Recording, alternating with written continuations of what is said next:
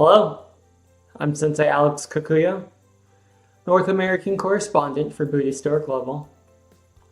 Thanks for joining me for this episode of The Ordinary Buddhist. The title of today's talk is Feeding Our Spiritual Soil.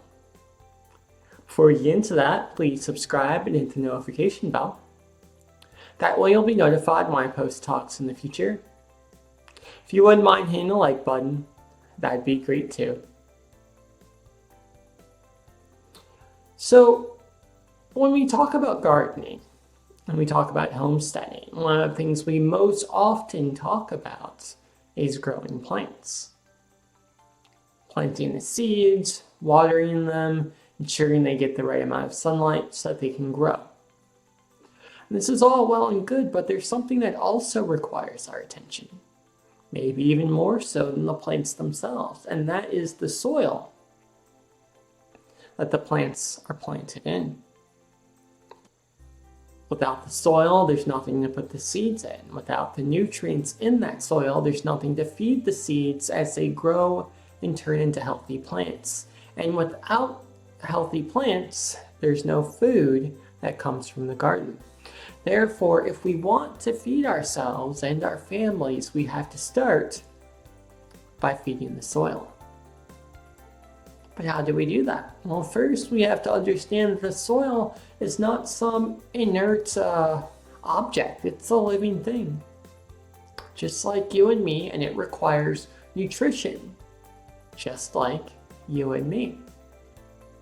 Now, there are multiple ways to feed the soil: fertilizer, compost, etc. But one technique we use here is something called trench composting, which is extremely simple and effective. We simply dig out a trench in the soil, just as the name implies, and we take kitchen scraps, fruits and vegetables, apple cores, spoiled bananas, you name it. We bury it in the trench and we cover it up with soil.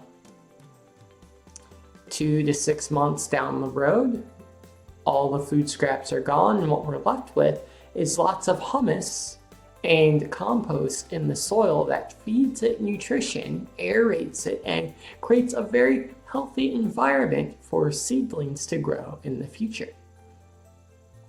Now, techniques like trench composting are important because if we don't do that, what ends up happening is the plants over time pull more and more and more nutrients from the soil. And if it's not replaced, the soil dies. In the same way that if we don't replenish our own nutrition in our bodies by eating good food, we die.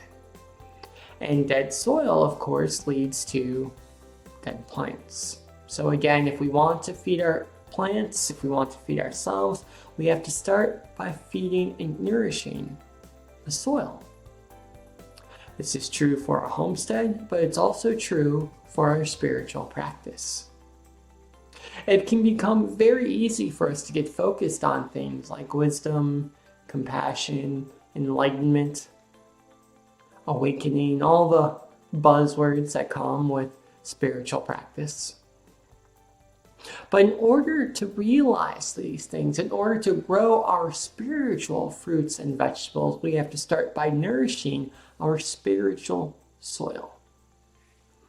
We have to plant the things inside of us that will create a good, healthy bed for our Buddha Dharma to grow in the same way that we feed the soil in a garden so that vegetables can grow.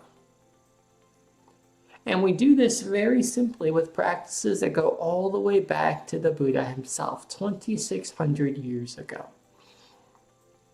Practices like meditation, chanting, sutra study, prostrations in front of our altar.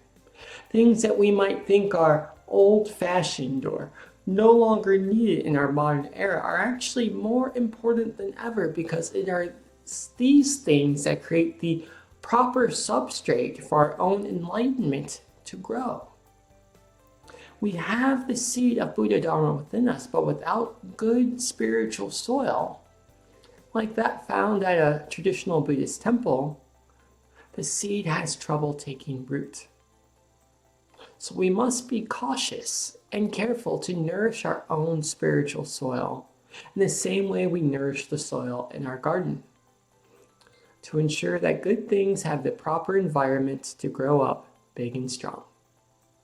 Amitabha.